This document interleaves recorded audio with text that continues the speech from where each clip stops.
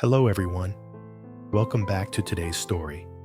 In this episode, we return to Diep and Little Nhi, two hearts living under the same roof, holding on to the same hope, yet trembling with the same fear. Days have passed without a single call, without a single message, and James still hasn't come home. As each sunset fades and each night stretches on, Diep forces herself to stay strong. But behind her gentle smile is a storm of worry she can no longer hide, especially when Nhi keeps asking the question that breaks her every time. Will Uncle James come back today? Stay until the end, because this episode will show just how fragile hope can be. And don't forget to subscribe to help us reach 10,000 subscribers. Your support truly means the world to us. Late afternoon settles gently over the small village, the sunlight turning everything it touches into a warm shade of gold.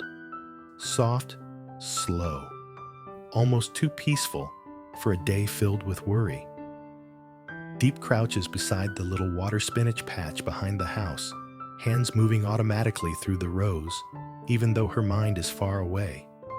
Sweat glides down her cheeks and neck, partly from the heat, partly from the exhaustion of days spent forcing herself to stay busy.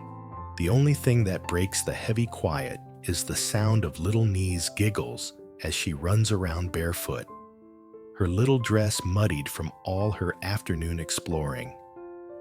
"Auntie Diep," Nhi calls out, stopping right beside her, eyes wide with pure innocence. "Will Uncle James come play with me today?" The question hits Diep so hard, she almost can't straighten her back.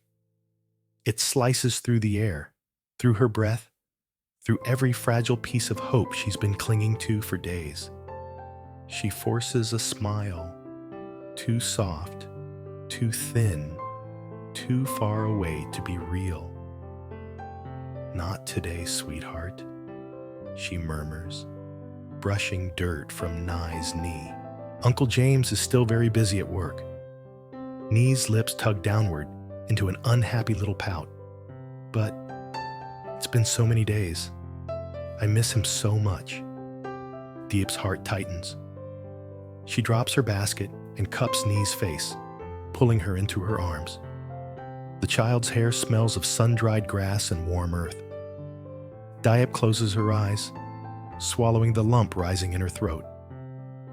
"Just a little longer," she whispers into Nhi's ear. "1 or 2 more days. He'll come home soon. I promise." She doesn't know if her promise means anything anymore. Each day without news has turned that promise into a thread, thin, fraying, on the edge of snapping. And as the late breeze rustles the leaves above them, it almost sounds like the wind is laughing at how desperately two people are trying to hold on to hope. Diep hugs Nhi tighter, feeling her tiny heartbeat thudding against her chest. For a moment, it's just the two of them in the dimming light, clinging to borrowed comfort in a world that suddenly feels too big, too empty. By the time they return inside, the sky has darkened into shades of indigo. The scent of braised fish fills the warm little kitchen, drifting through the house like a memory of better days. Nhi sits at the table, chin resting in one hand, staring blankly at her bowl of rice. Her eyes are red and swollen. She cried a little earlier, and Diep's heart still aches from the sound. Diep scoops up a spoonful of soup, blowing gently before holding it in front of Nhi's lips. "Here, baby. Eat a little. Just 1 bite." Nhi turns her head away, tears gathering again. "I don't want to. I want Uncle James to eat with us. He always makes the food taste better." The words pierce Diep so deeply, she almost drops the spoon. Before she can speak, Nhi lets out a broken cry, burying her face in her tiny hands. Diep pulls her close instantly, one hand stroking her back in small circles. Her own tears spill over, falling silently into Nhi's hair. Shh. Baby, listen. If you eat well, Uncle James will be proud. He'll be so happy to see you growing big and strong. Nhi hiccups between sobs. But he's gone for so long. I know, Diep whispers, voice trembling. But we're waiting for him together. I'm right here with you. They stay like that for a long time. Two shadows wrapped in one, the fire crackling softly behind them. Eventually, Diep tries again, lifting the spoon carefully. This time, Nhi opens her mouth, reluctantly letting the food in. Diep keeps feeding her, each bite trembling in her hand. The flickering light paints their tear-stained cheeks with golden shadow, like the room is holding them together because they're too fragile to stand alone. Outside, the crickets begin their nightly chorus, filling the silence with a mournful rhythm. Diep looks at the empty seat beside her, the one James used to occupy, where he'd tease Nhi, steal pieces of fish, and laugh until his eyes crinkled. Now that chair feels like a ghost. After dinner, the leftovers sit untouched on the table. Diep wipes her hands on the edge of her faded apron, trying to steady her breath before she reaches for the old cracked phone on the shelf. Nhi's footsteps patter behind her.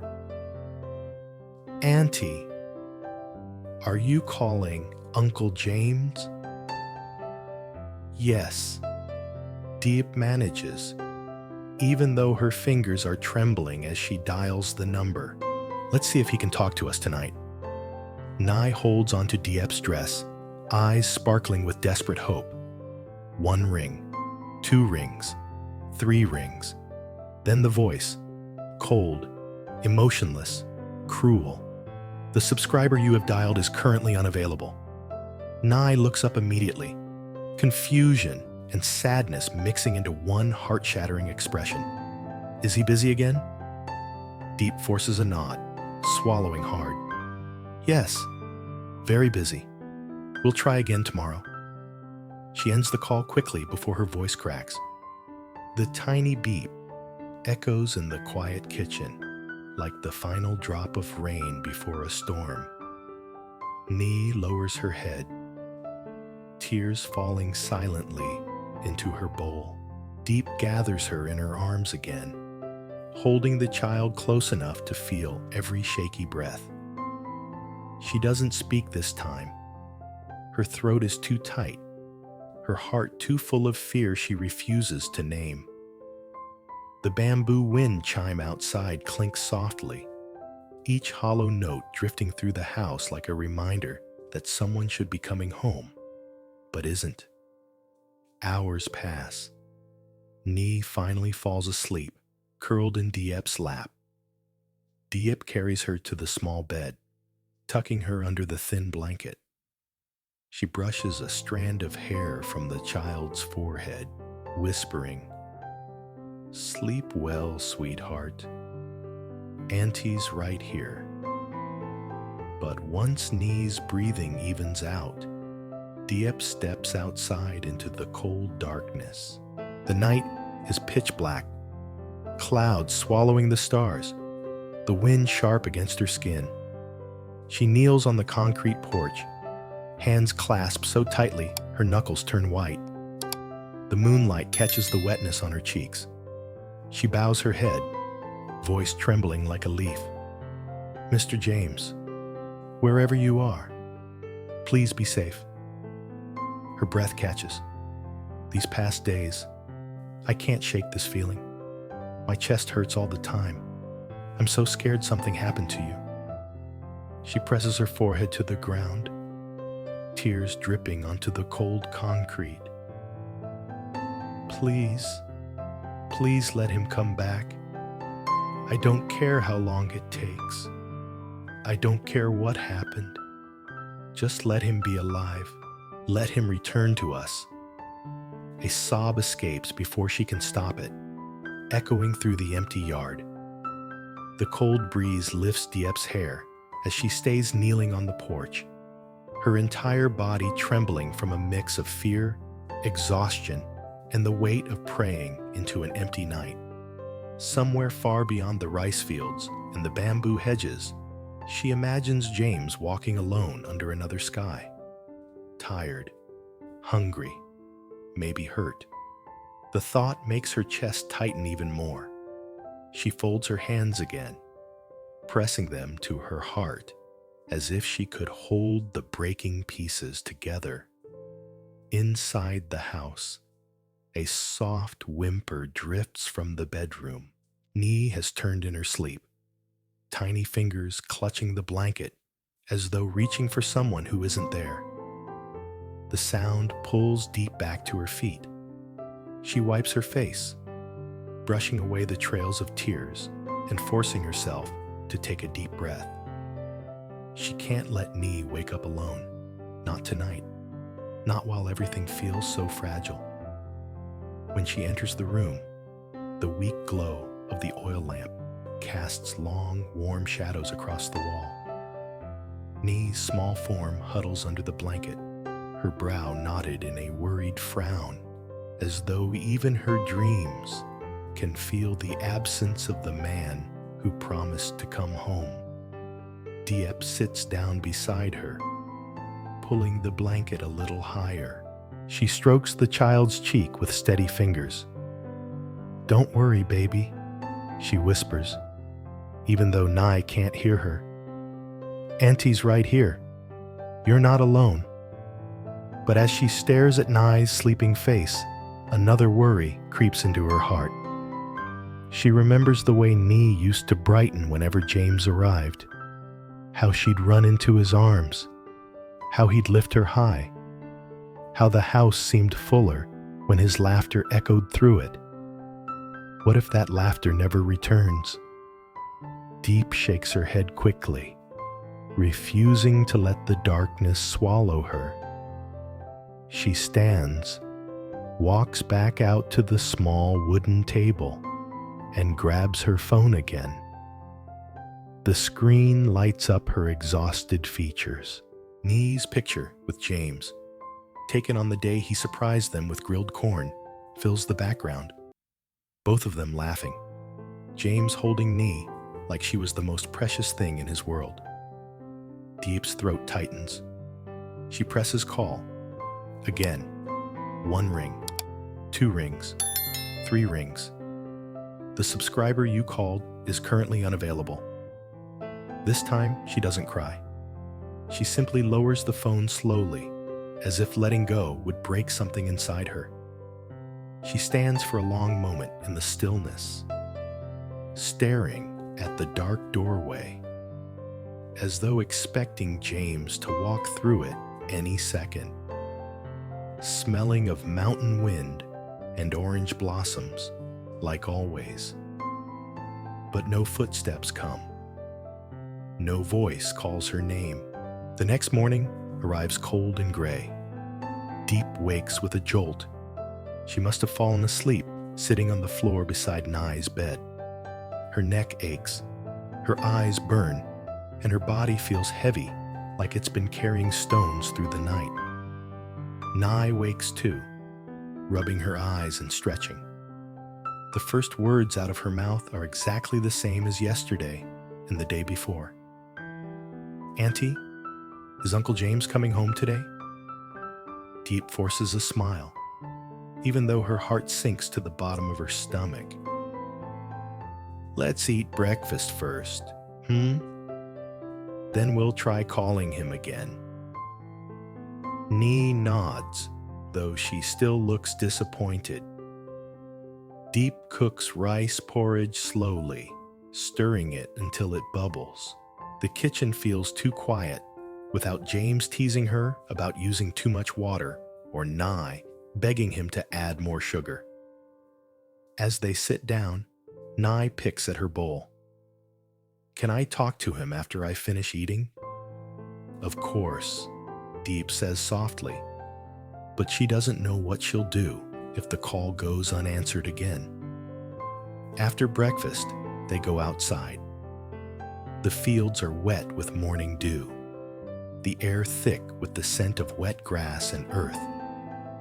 Nhi sits on the porch steps with Diep's phone in her lap, swinging her legs nervously. Auntie, can I call now? Diep kneels beside her. Let me call first, okay? Just to make sure he's not too busy. She presses the button. 1 ring, 2 rings, 3. Unavailable. This time, Nhi hears it too. Her little face crumbles instantly. He still didn't answer. Diep pulls her close, blinking back tears. It's okay, baby. Maybe he's in a place without signal. Uncle James always comes back. He always keeps his promise. But does he? The question slips into Diep's mind before she can stop it. She hates herself for even thinking it. James has never abandoned them, not once. But something is different this time. Too many days, too much silence, and that feeling in her chest, that cold, gnawing fear that refuses to go away. Nhi sniffles into her shoulder. Diep holds her tighter, lifting her into her arms and bringing her back inside. The hours pass slowly. Diep sweeps the yard, scrubs the dishes, and washes the vegetables. Anything to keep her hands busy. Anything to stop her thoughts from spiraling into dark corners.